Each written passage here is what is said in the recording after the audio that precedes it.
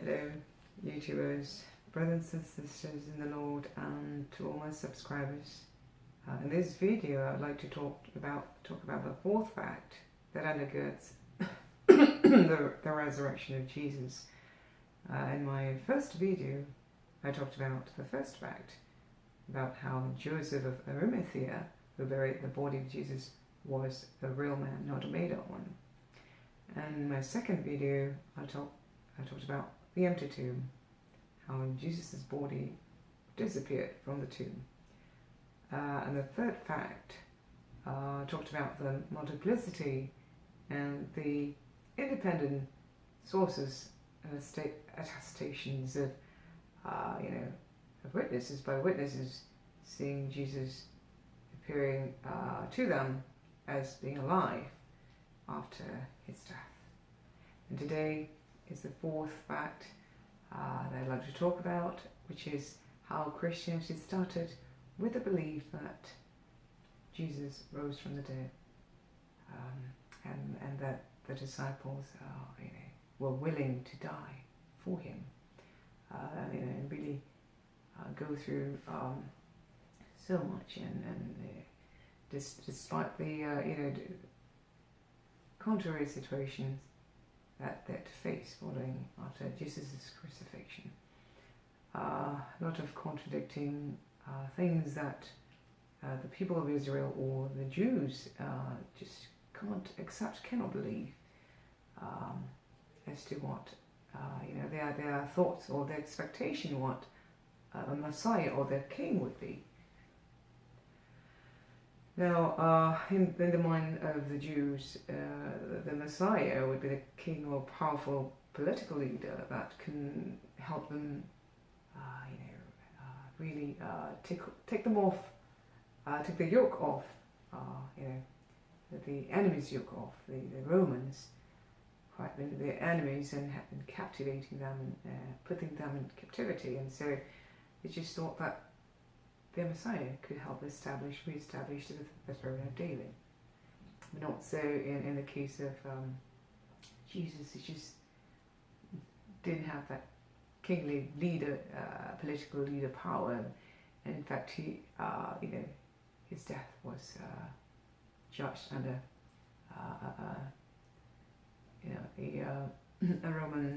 under the Roman judgment, and as a criminal.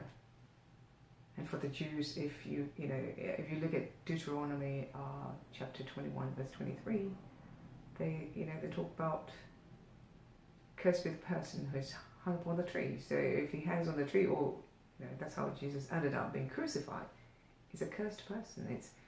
It's a heretic. They cannot be the Messiah to be contradicting to what the Bible says, that you're cursed on the tree. So and the disciples, having to follow this heretic for 3 years, who had not done anything to alleviate or relieve the people of Israel from the captivity of their enemies. So so that's the situation. But we know that the disciples, the moment they knew about the resurrection of Jesus rose from death the third day and appeared to them, and had witnessed. They went out to preach very openly about his having risen from the dead, and so forth, and the Jews saw that, and they just dismissed their preaching as as the disciples being drunk, full of new wine. But we know how can drunken people have the skill and the talent to speak different languages all of a sudden? Most of them educated. They are fishermen and able to preach in different languages according to the languages of the people from different regions and countries. It's amazing. It's amazing, so that people from the different regions and countries can understand what they're preaching. They're preaching about Jesus being risen from the dead. So to end it, I like to talk about how a couple professors, reflection and comment. Professor Luke Timothy Johnson of Emory University talked about there must be something really powerful, transformative movements, something powerful to generate this kind of, generate such foundation, the foundation of the movement, the new religion, Christianity. So, and definitely, of course, preaching about Jesus having risen from the dead. And the Jews, they do believe in the resurrection for all righteous people one day all together, but not certainly a heretical person claiming to be God or what they think is a blasphemous person, rising from the dead. And so it's just too much to handle for the Jews. Last but not least, I'd like to quote Professor N.T. Wright, a New Testament scholar. He's talked about how historians can't explain the rise of Christianity unless Jesus rose again, leaving an empty tomb behind him. So with that, I'm finished explaining to you all the 4 facts.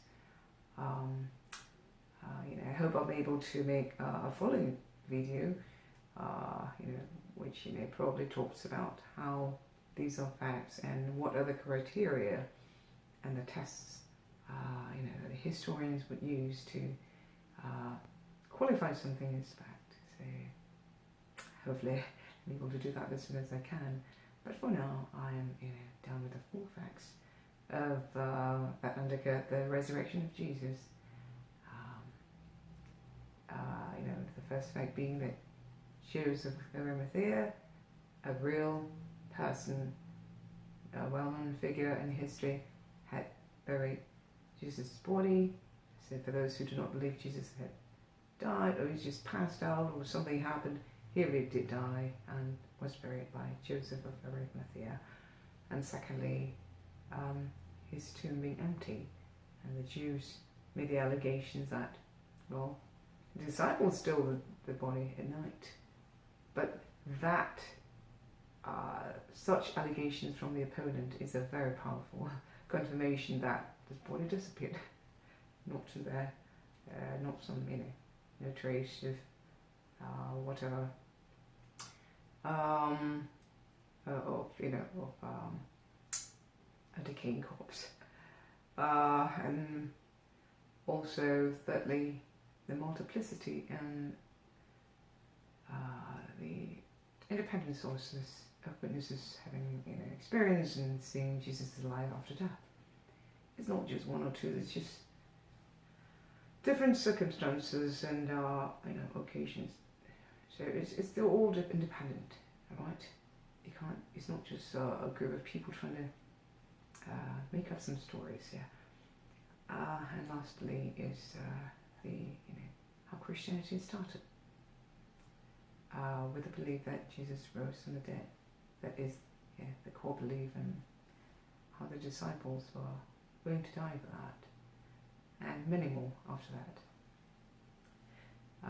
even today. So that's all for the 4 facts. I hope it's helpful, especially to those of you who are really interested in finding out if it's a fact that Jesus had risen from the dead. And I hope my 4 videos have been useful to you. Thank you for watching and listening, and God bless.